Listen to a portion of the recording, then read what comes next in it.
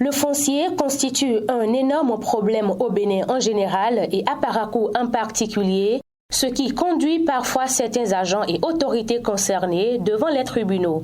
C'est donc pour remédier à cette situation, qui perdure depuis longtemps, que la mairie de Parakou a décidé d'organiser ce vendredi 23 septembre 2022 cette séance d'information et d'échange sur les réformes foncières béninoises avec les élus locaux et municipaux, tout le personnel de la municipalité et les personnes ressources. Dès aujourd'hui, pour toute affaire d'achat et de vente de parcelles rurales ou loties, les comportements doivent changer et nul n'est censé ignorer la loi. Certains sont interpellés parce qu'ils ont posé des actes, peut-être par ignorance.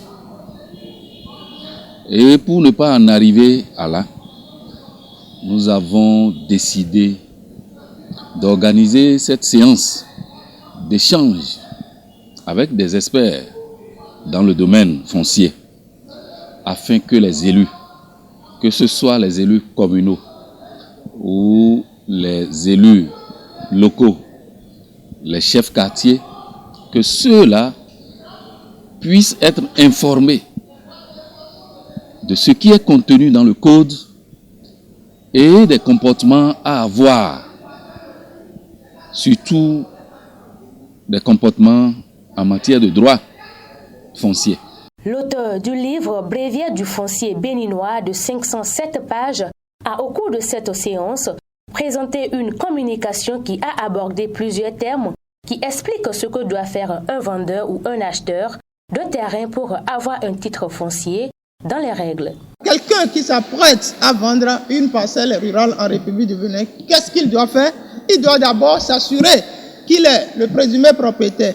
Et être le présumé propriétaire, il faut se faire délivrer à la mairie l'attestation de détention coutumière. Ensuite, il doit savoir qu'il a des taxes à payer à l'État. Je dois remplir une formalité à l'ANDF et cette formalité est appelée le droit, l'avis de préemption. L'acheteur doit se rassurer que son vendeur a rempli toutes ces formalités.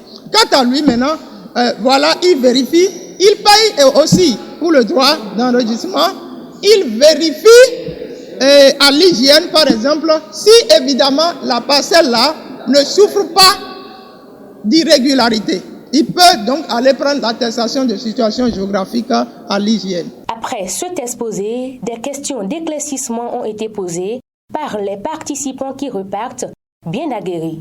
Ils apprécient cette initiative de l'autorité municipale et comptent relayer l'information aux administrés pour éviter d'éventuelles complications en ce qui concerne le titre foncier des terres.